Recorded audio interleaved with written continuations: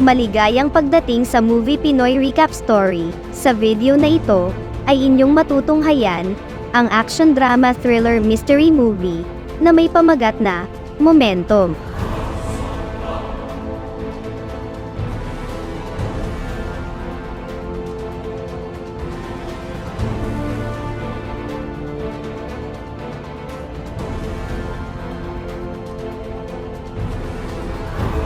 Sa pagsisimula ng istorya ay makikita ang nagaganap na nakawan sa isang kilalang bangko sa Amerika kung saan ang mga nasabing magnanakaw ay nakasuot ng mga suit na may makabagong teknolohiya.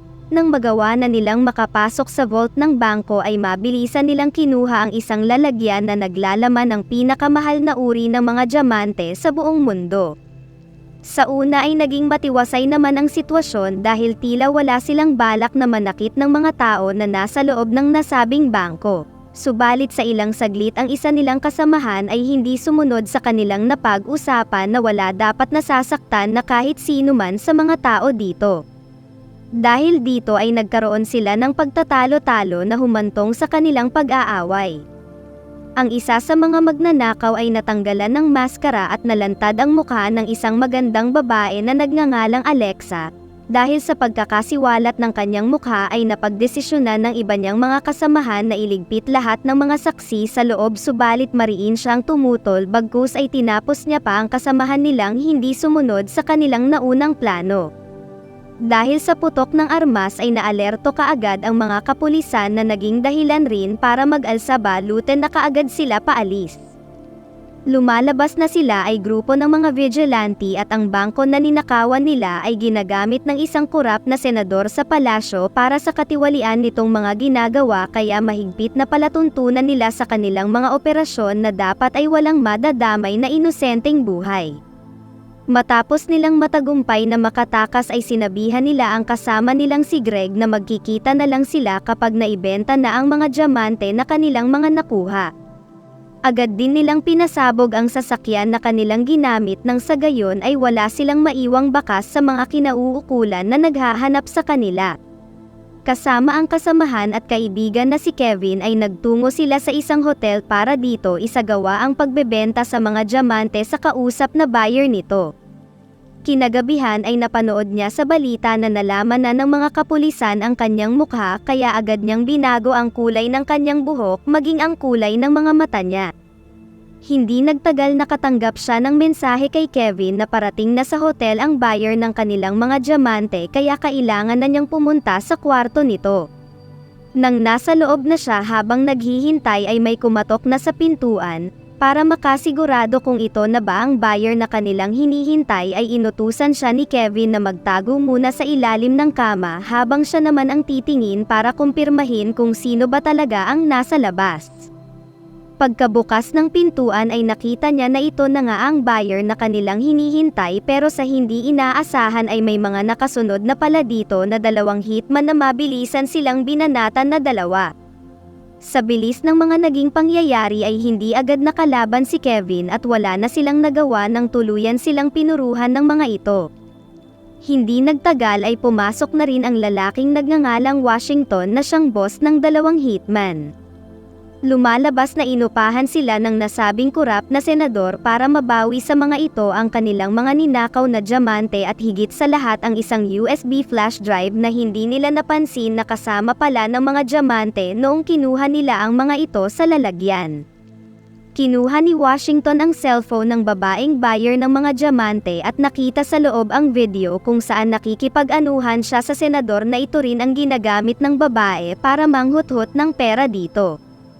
Kalaunan matapos burahin ang video ay tinapos na rin ito ang buyer na tatakbo pa sana. Gusto na sanang lumabas ni Alexa para tulungan ang kaibigan subalit tinignan siya nito ng mata sa mata at sinabi sa mga hitman na nagpapahirap sa kanya na mag-isa lang siya at wala dito ang hinahanap nilang USB. Kalaunan ay napansin ni Alexa na inilagay pala ni Kevin ang hinahanap na USB sa ilalim rin ng kama. Kahit naghihirap na si Kevin at hindi na niya matiis pa ang ginagawa sa kanya ng mga hitman ay hindi pa rin ito sinabi kung nasaan ang kanilang hinahanap dahil sa lubos niyang pag-aalala kay Alexa na baka mahuli rin siya ng mga ito. Hanggang sa huli ay naging tapat na kaibigan si Kevin at hindi siya nito hinayaan na mahuli rin ng mga inupahan na hitman. Nang kanila na itong tinapos ay bumaon ang sandata sa ilalim ng kama na naging dahilan ng pagtama sa kanyang likuran na bahagi. Nang mag-isa na lamang ang lider ng mga binayaran na hitman ay tinangka na itong tapusin ni Alexa para maipaghiganti ang nangyari sa kaibigan, subalit wala palang laman na bala ang armas na kanyang napulot kaya dagli siyang bumalik sa kanyang kwarto para kumuha ng magagamit niyang panlaban sa mga ito.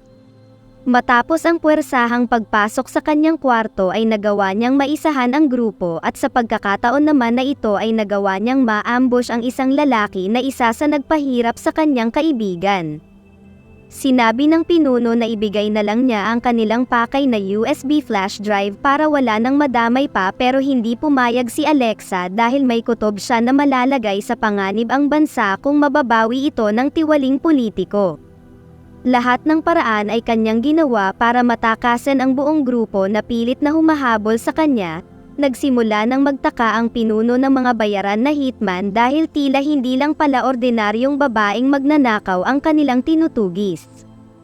Matapos ang matagumpay niyang pagkakatakas sa parking area ng hotel ay sinubukan naman siyang habulin ng mga pulis. Hindi nagtagal ay nakasunod na ang grupo at binangga nila ang kotse ng mga pulis na naging dahilan rin para madamay si Alexa.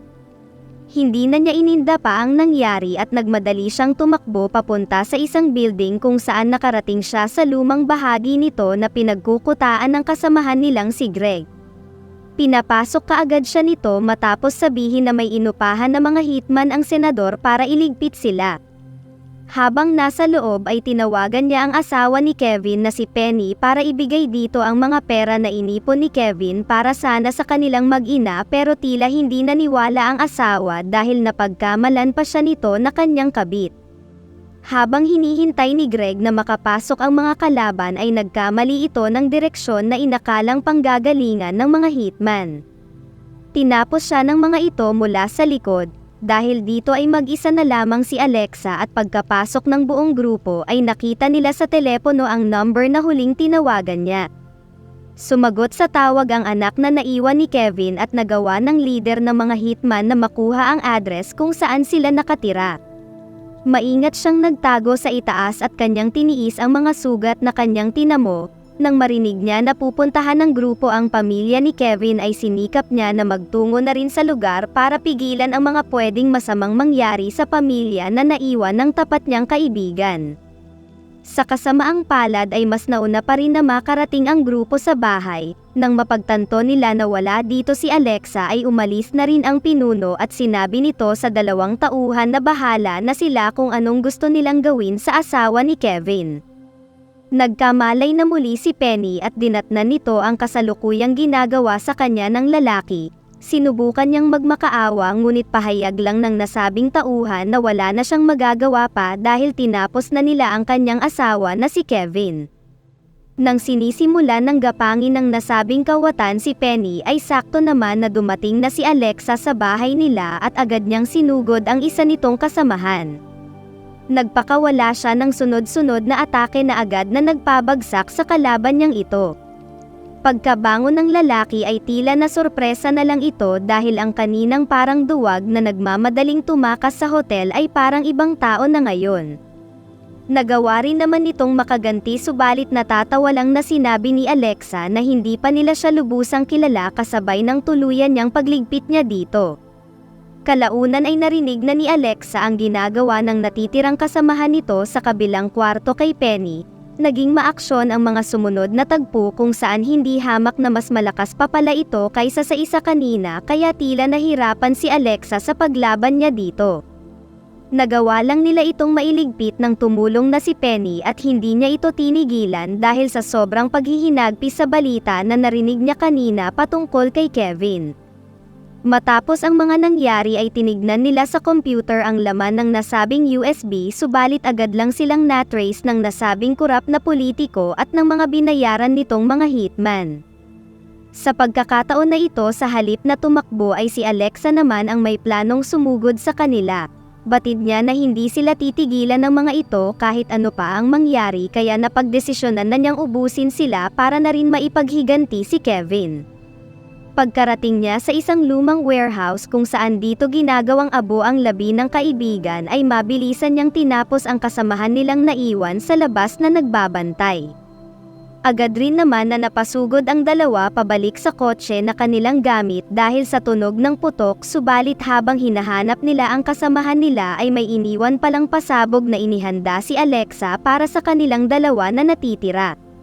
Matapos makaiwas sa malaking pagsabog ay hinanap nila sa lugar si Alexa na sa hindi nila inaasahan ay agad din naman na nagawa nitong ma-corner sila.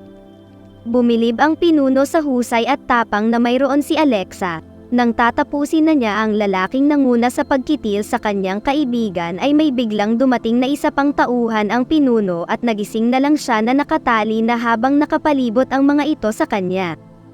Sinabi ni Washington na ibigay na niya ang pakay nilang USB flash drive, subalit mariin na tumanggi si Alexa na sabihin kung saan niya ito dinala, kaya sinimulan siyang bigyan ng pagpapahirap para lang mapilitan siyang sumuko na sa pagmamatigas.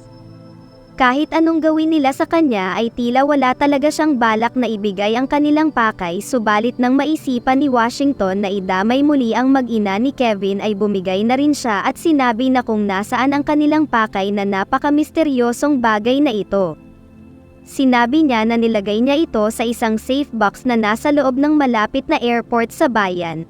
Matapos bihisan ay nagtungo sila sa lugar at binuksan ang locker para maibigay na sa kanila ang hinahanap nila. Noong una ay ayaw itong buksan ng mga hitman dahil sa paghihinala na may laman itong pampasabog. Binuksan ito ni Alexa, subalit nagawa niya silang maisahan dahil ang pagpihit sa mismong laman nito ang magsisindi ng bomba. Mabilis na tumilampon ang babaeng tauhan na hitman at nagkaroon sila ng matinding bakbakan sa lugar na ito habang nagkakagulo ang lahat ng tao. Huli na nang mapagtanto ni Washington na bago pa sumugod si Alexa sa kanila kanina ay nakaplano na pala ang lahat at katulong nito si Penny na nasa lugar din suot ang isang pagbabalat kayo.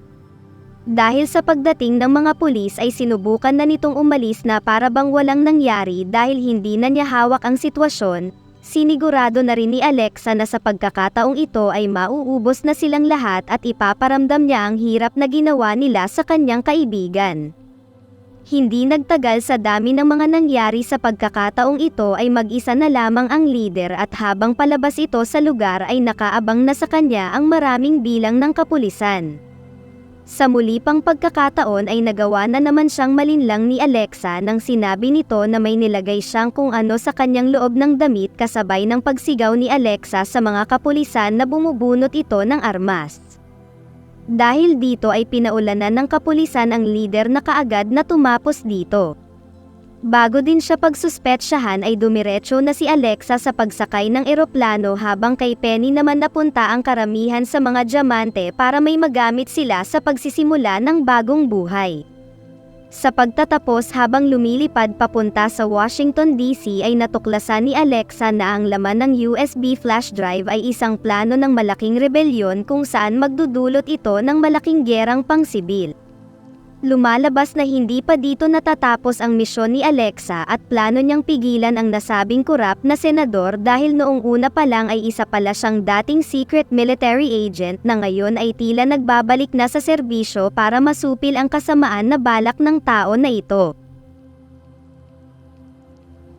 Special shoutout nga pala kay Russell J. Ogarty, kay Jomar TV, kay Mark John TV, at kay Bogard Kaingin. Maraming salamat po sa inyong walang sawang panunood.